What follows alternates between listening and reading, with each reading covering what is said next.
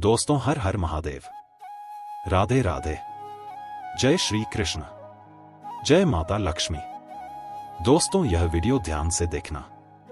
धनतेरस के दिन खरीद लेना यह एक चीज 13 गुना बढ़ जाएगा प्रभाव।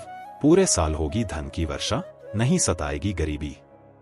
अगर आप भी गरीबी से लंबे समय से गुजर रहे हैं, परेशान हो चुके हैं, आप चाहते हैं कि ये जिद्दी रूपी पापी रूपी गरीबी आपसे कोसों दूर भाग जाए, तो वीडियो को ध्यान से देखना। आज की वीडियो में मैं आप लोगों को धनतेरस के दिन कुछ ऐसी सामग्री जैसे घर में खरीद करके लाने से 13 गुना ज्यादा धन की हमारे घर में बरकत होती है, प्रभाव बढ़ जाते हैं, यह जानकारी बताऊंगा। 99% लोग, 99 नहीं तो कम से कम 90% लोग गलती करते हैं। धनतेरस के दिन कुछ ऐसी सामग्री घर में खरीद करके लिए आते हैं जिससे कि धन के घर में आपके बढ़ोतरी होने की बजाय धन ठगना शुरू हो जाता है।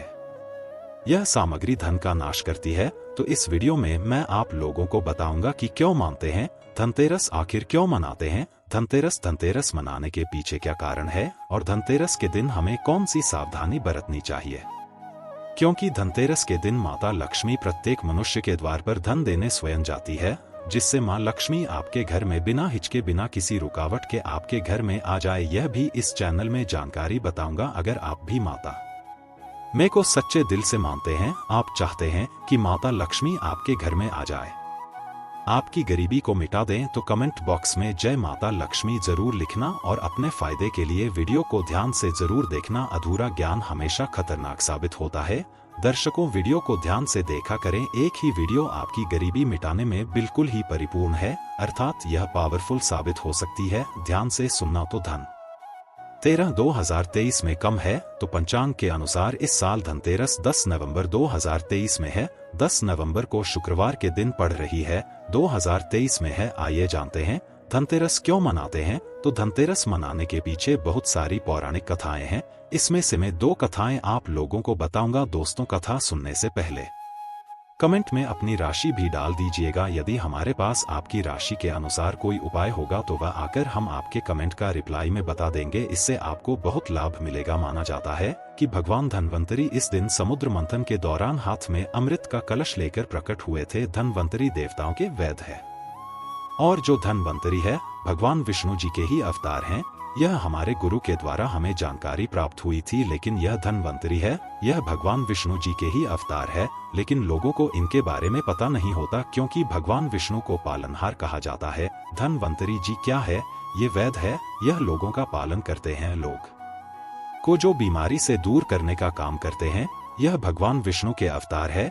इसे गांठ बांध करके रख लेना, बाद में यह जानकारी बाद में काम आएगी। तो आइए जानते हैं आखिर धनतेरस क्यों मनाते हैं, इसके पीछे क्या पौराणिक कथा है। तो एक समय भगवान विष्णु मृत्यु लोक में विचरण करने के लिए जा रहे थे। लक्ष्मी जी ने भी साथ में चलने का आग्रह किया। भगवान विष्णु बोले कि यदि मैं जो बात कहूं वैसे ही मानोगे तो तुम मेरे साथ चलो। लक्ष्मी जी ने स्वीकार किया और भगवान विष्णु लक्ष्मी सहित भूमंडल पर आए। कुछ देर बाद एक स्थान पर भगवान विष्णु लक्ष्मी से बोले, जब तक मैं ना जाऊं, अर्थात जब तक मैं वापस न आ जाऊं, तुम यहाँ पर ठहरो। मैं दक्षिण दिशा की ओर जा रहा हूँ, तुम इधर मत देखना। कथा ध्यान से सुनना। इस कथा को सुनने मात्र से व्यक्ति की गरीबी एवं कंगाली मिटती है। ध्यान से कथा सुनने से आपको बहुत धन की प्राप्ति होगी, जिसकी आप कल्पना नहीं कर सकते। ऐसा पुराणों में लिखा है।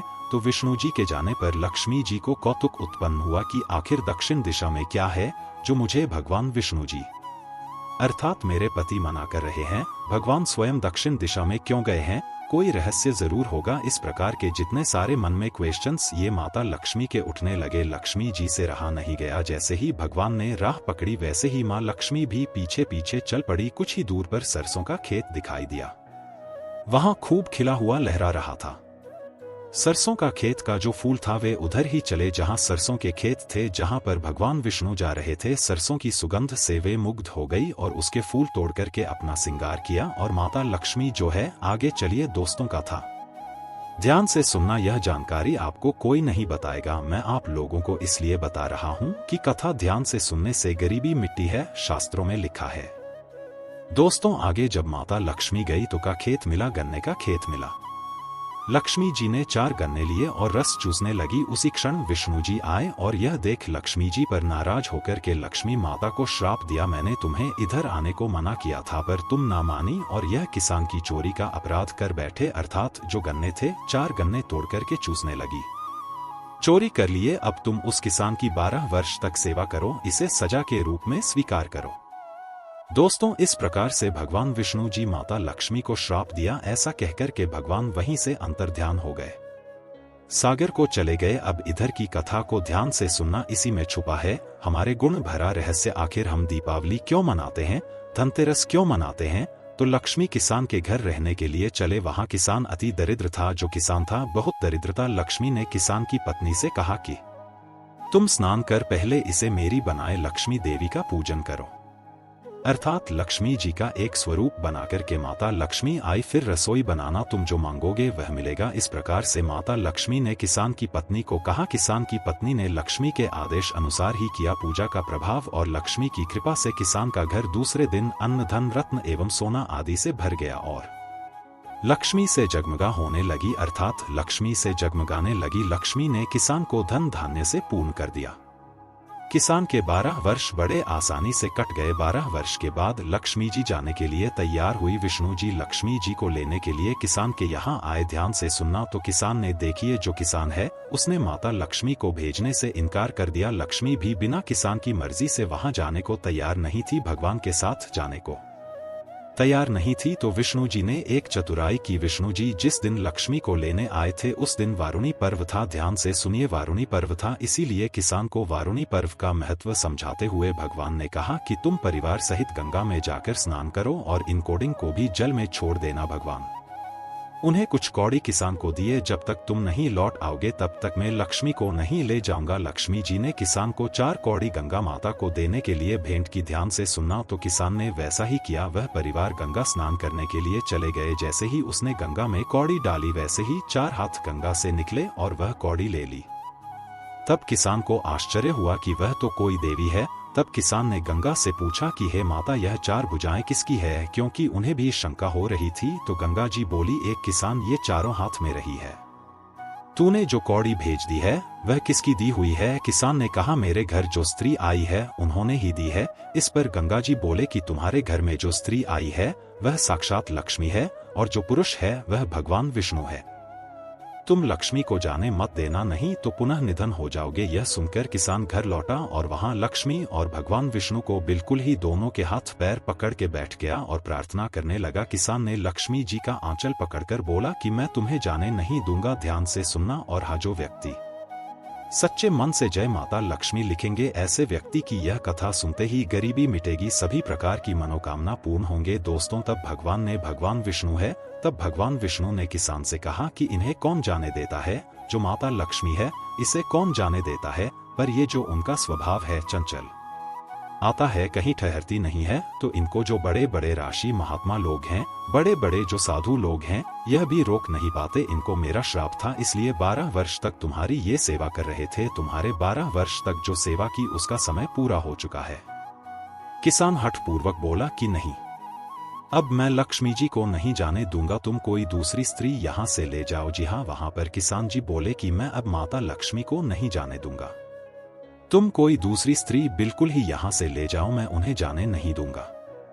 तब लक्ष्मी जी ने कहा कि है किसान, तुम मुझे रोकना चाहते हो तो मैं जैसा कहेंगे वैसा आपको करना होगा। कल 13 है, मैं तुम्हारे लिए धनतेरस मनाएंगे, तुम कल घर को लीप पोत करके स्वच्छ करना। ध्यान से सुना, इसी से जुड़ा है धनतेरस का महत्व। तो रात्रि में माता लक्ष्मी ने स्वयं उस किसान को कहा कि तुम कल क्या करना है, कल धनतेरस है, मैं तुम्हारे घर खुद धनतेरस बनाऊंगी, तुम कल घर को लीप को करके स्वच्छ रखना, रात्रि में घी का दीपक जलाकर रखना और शयन काल में मेरा पूजन करना। और एक तांबे के कलश है, उसमें रुपया भरकर नियमित आपको रखना है, बिल्कुल ही आपको उसमें रुपए भरकर के बिल्कुल ही आपको रख देना है। मैं उस कलश में निवास करूंगी, इसीलिए आज भी प्रथा है, आप माता लक्ष्मी की पूजा करते हैं तो बिल्कुल ही एक रूप है, जो है माता लक्ष्मी का स्वरूप चांदी का बना हुआ सिक्का डाल दे, चाहे 1 रुपए का सिक्का बिल्कुल ही उस कलश में डाला जाता है। दोस्तों, आज भी जब हम पूजा करते हैं माता लक्ष्मी की तो उसमें जरूर डालते हैं किंतु तो पूजा के समय मैं तुम्हें दिखाई नहीं देंगे। इस प्रकार से माता लक्ष्मी ने किसान से बोला, मैं इस दिन की पूजा करने से वर्ष भर तुम्हारे घर में माता लक्ष्मी ने कहा कि मैं इस दिन अगर आप पूजा कर लोगे तो पूजा करने से वर्ष भर तुम्हारे घर से नहीं जाऊंगी, मुझे रखना है। तो इसी तरह प्रतिवर्ष मेरी पूजा करना। यह कहकर वह दीपकों के प्रकाश के साथ 10 दिशाओं में माता लक्ष्मी फैल गई और भगवान देखते ही देखते वहां से अंतर्ध्यान हो गए। दिन के सामने लक्ष्मी जी की कथा अनुसार पूजन किया, उसका घर धन धान्य से परिपूर्ण हो गया। इसी भांति वह हर वर्ष धनतेरस के दिन लक्ष्मी जी की पूजन करने लगा। तो यह है धनतेरस त्योहार मनाने के पीछे का एक कारण। वीडियो लंबी हो गई है, लेकिन आज की वीडियो थोड़ी बड़ी हो सकती है, लेकिन संपूर्ण जानकारी बताऊंगा। तो धर्मशास्त्र कहता है इस कथा को सुनने से व्यक्ति निधन नहीं होते। अब आइए मैं आप लोगों को बताना चाहूंगा 2023 में धनतेरस का पूजन मुहूर्त। शुभ मुहूर्त क्या है? तो धनतेरस का पूजन शुभ मुहूर्त 10 नवंबर को शाम 5:47 से शुरू होकर के शाम 7:43 तक रहेगा दोस्तों। लेकिन जो प्रदोष काल का समय है 10 नवंबर को शाम 5:46 से 8:25 तक प्रदोष काल में अगर माता लक्ष्मी की पूजा करते हैं तो इसे अति उत्तम माना जाता है। एक काम जरूर करना, जो लोग चाहते हैं तत्काल उनको फल प्राप्त हो, तो ऐसे व्यक्ति धनतेरस के दिन शयन काल में माता लक्ष्मी को प्रसन्न करने के लिए जितना ज्यादा हो सके श्रेष्ठ उत्तम का पाठ है। यह गुप्त उपाय जरूर करना दोस्तों। चलिए दूसरी कथा बता रहा हूँ। छोटी सी कथा है, यह आपको समझ में आ जाएंगी। तो पुराणों के अनुसार जब देवता और राक्षस समुद्र मंथन कर रहे थे, तब भगवान धन्वंतरी इसी दिन अपने भक्तों में अमृत का कलश लेकर प्रकट हुए थे। इसलिए इस दिन उनका पूजन किया जाता है। धनतेरस के दिन धन के देवता कुबेर की विधि विधान से पूजन भी किया जाता है। मान्यता है कि जो व्यक्ति इस दिन धन्वंतरी और कुबेर देवता की पूजा करता है उसे धन, यश और प्रतिष्ठा की प्राप्ति होती है। ऐसे व्यक्ति निरोग रहते हैं। चलिए जानते हैं कि अब हमें धनतेरस के दिन क्या नहीं खरीदना चाहिए, क्योंकि 90% लोग गलत चीजों का चयन करते हैं, जिससे उनके घर में धन आने की बजाय धन का नाश होने लगता है। क्योंकि आपको भी यह बात जानना जरूरी है, हमारा चैनल कभी आपके साथ बुरा नहीं होने देगा। हम सटीक और सच्ची जानकारी देते हैं। तो क्या न खरीदे? तो धनतेरस के दिन बहुत से लोग स्टील के बर्तन घर में ले आते हैं। ध्यान से सुनना, इन्हें खरीदने से बचना चाहिए, जबकि इन्हें खरीदने से बचना चाहिए। स्टील जो है शुद्ध धातु नहीं है, इस पर राहु का प्रभाव ज्यादा होता है। आपको सिर्फ प्राकृतिक धातु ही खरीदना चाहिए। मानव निर्मित धातु में केवल पीतल ही खरीदा जा सकता है। अगर आप किसी कारणवश स्टील के बर्तन खरीद चुके हैं तो इसको खाली मत लाना, इसमें चावल भरकर लाना या पीतल का सिक्का, तांबे का सिक्का या 1 रुपए का सिक्का डाल लाना। तो इसके जो दुष्प्रभाव होते हैं समाप्त हो जाते हैं। धनतेरस पर कुछ लोग जो है एल्यूमिनियम के बर्तन या फिर सामान भी खरीद लेते हैं। तो देखिए इस धातु पर भी राहु का प्रभाव अधिक होता है। एल्यूमिनियम को दुर्भाग्य का सूचक माना जाता है। त्योहार पर एल्यूमिनियम की कोई भी नई चीज घर में लाने से बचना चाहिए, और ला रहे हैं तो इस पर गुलाब का इत्र छिड़क करके लाना, तो इसके जो है दुष्ट प्रभाव समाप्त हो जाएंगे। दोस्तों ज्योतिष शास्त्र के अनुसार लोहे को शनि का कारक माना जाता है। तो इस लोहे से बनी चीजों को धनतेरस पर भूल करके नहीं खरीदना चाहिए। आप बोलेंगे गुरुजी धनतेरस के दिन वाहन खरीद कर लाते हैं, आप कैसे बोल रहे हैं? तो देखिए लोहे से कौन सी चीज बनी आपको नहीं खरीदना है। तो नुकीले जो धारदार हथियार है इसे नहीं खरीदना चाहिए। वाहन लक्ष्मी का स्वरूप होता है, हथियार काल का स्वरूप होता है। इस बात का थोड़ा सा विशेष ध्यान रखें कि वाहन खरीद सकते हैं। वाहन खरीदना इस दिन सबसे उत्तम माना जाता है। धनतेरस पर कुछ लोग प्लास्टिक की बनी हुई चीज घर में खरीद करके ले आते हैं। बताना चाहूंगा प्लास्टिक बरकत नहीं देती, घर में बरकत चाहिए तो प्लास्टिक खरीद करके मत लाना। इसलिए धनतेरस पर प्लास्टिक से कुछ भी बना सामान घर में मत खरीद करके ले आना। मैं अंतिम चीज बता रहा हूँ, इस चीज को भी मत लाना। फिर मैं आप लोगों को बताऊंगा क्या लाना चाहिए धनतेरस के दिन। यदि आप कोई बर्तन या कोई भी चीज खरीद करके ला रहे हैं, योजना बना रहे हैं, तो ध्यान रखना घर में खाली कोई बटन को मत लाना, उसमें कुछ ना कुछ चीज भर कर के जरूर लाना। जैसे चावल है, धनिया है, यह कहा जाता है अगर कोई भी व्यक्ति बर्तन खरीदे तो बर्तन में कम से कम ज्यादा नहीं तो 1 किलो धनिया घर में खरीद करके लाई। धनिया धन का प्रतीक माना जाता है। आइए इस वीडियो में जानते हैं धनतेरस पर हमें क्या खरीदना चाहिए, क्योंकि यह जानकारी होने पर ही आपके घर में 13 गुना प्रभाव बढ़ेगा। धन आने का जो प्रभाव है 13 गुना बढ़ेगा।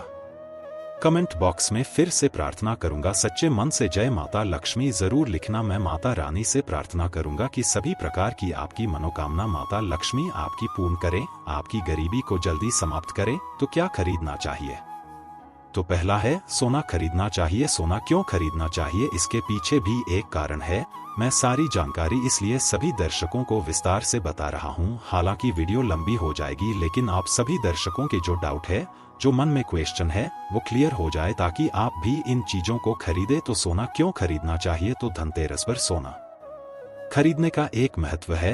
लोक कथा के अनुसार एक राजा, ध्यान से सुनना, खेम का जो राजा है, हिम की बहू ने अपने पति की जान बचाई थी, जिसके बारे में कहा गया है कि वह अपनी शादी के चौथे दिन ही उनका पति मर जाना था, उनके पति को मर जाना था।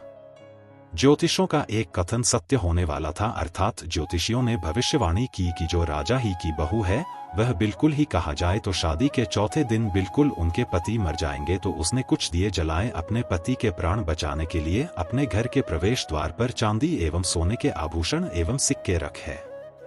गहने और सिक्के के पूरे ढेर से परिवर्तित प्रकाश ने मृत्यु के स्वामी यमराज को उनके घर में प्रवेश करने और राजकुमार की जान लेने से रोक दिया। कैसे रोक दिया वो भी ध्यान से सुनना। जब यमराज साहब के रूप में हिम के पुत्र की जान लेने आए तो वहां एक ऐसी चकाचौंध प्रकाश निकला, सोना चांदी से। आज भी देखना, सोने चांदी से चकाचौंध प्रकाश निकलता है। तो चकाचौंध प्रकाश निकला, इसे जो है सांप रूपी यमराज अंधे हो गए, अर्थात साहब के रूप में जो आए यमराज थे, परिवार को उनके नुकसान नहीं पहुंचाया, राजकुमार को नुकसान नहीं पहुंचाया, बिना नुकसान पहुंचाए ही वापस लौट गए। दोस्तों, तभी से माना जाता है कि सोना और चांदी अगर कोई भी व्यक्ति धनतेरस के दिन खरीदता है तो यह आपके घर को नकारात्मकता से बचाता है, इसलिए इस दिन पवित्र माना जाता है सोना चांदी खरीदना। लोग धनतेरस पर सोना चांदी नया बर्तन इसलिए खरीदते हैं ताकि कोई भी उनके घर में बुरी जो शक्ति है वह नजर ना डाले, आने की कोशिश करें तो वह भी चकाचौंध हो जाते हैं, अंधे हो जाते हैं। धर्म लिखित शास्त्रों में लिखा है क्यों कि धनतेरस और दीपावली के टाइम में घनघोर अंधेरा होता है, काल का वास होता है, इसीलिए हर कोने में दीप जलाए जाते हैं, सोना चांदी खरीदा जाता है ताकि भूत प्रेत का वास ना हो, नकारात्मकता का साया हमारे घर में कभी ना आए। दोस्तों, इस दिन हमें झाड़ू खरीदना चाहिए।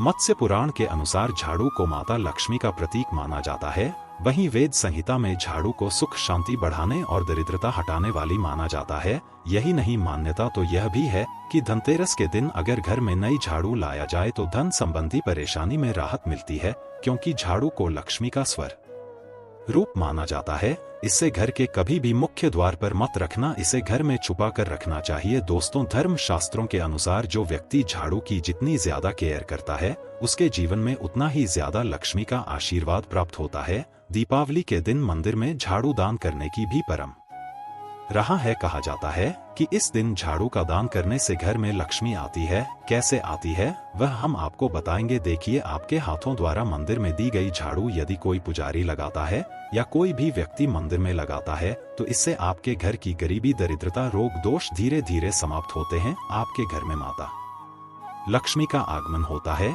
जब जब मंदिर में झाड़ू लगेगी तब तब आपके घर में धन बचेगा। दोस्तों, इसके बाद है धनिया। देखिए, ऐसी मान्यता है कि जो लोग धनतेरस के दिन सोना नहीं खरीद सकते, पीतल के बर्तन नहीं खरीद सकते, जो लोग ये दोनों वस्तु खरीदने में समर्थ नहीं है, तो उन लोगों को खड़ा धनिया जरूर खरीदना चाहिए।